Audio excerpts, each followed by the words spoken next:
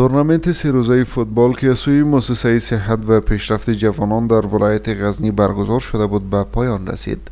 مسئولان المپیک این ولایت بیان داشتند که این تورنمنت از سوی مؤسسه یاد شده و با همکاری امریت المپیک این ولایت راه اندازی شده بود که با پیروزی تیم سلطان غزنه به پایان رسید. مسابقات و تورنمنت شش‌جانبه که بین 6 تیم از مرکز و ولسوالی ها از طریق مؤسسه با کمک و همکاری مؤسسه صحی و حمایوی که در ولایت غزنی برگزار گردیده بود، امروز خوشبختانه که به فاینال رسیده که شما شاهد فاینالش هستین که تیم جوانان ستاره های تاسن و تیم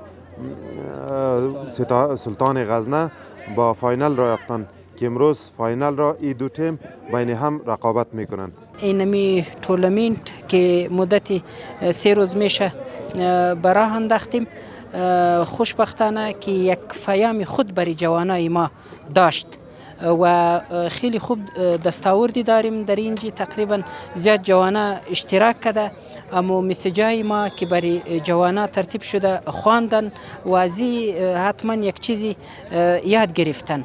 بازیکنان این تورنمنت جوانان را به استفاده نکردن مواد مخدر و راه آوردن به ورزش تشویق می نمایند.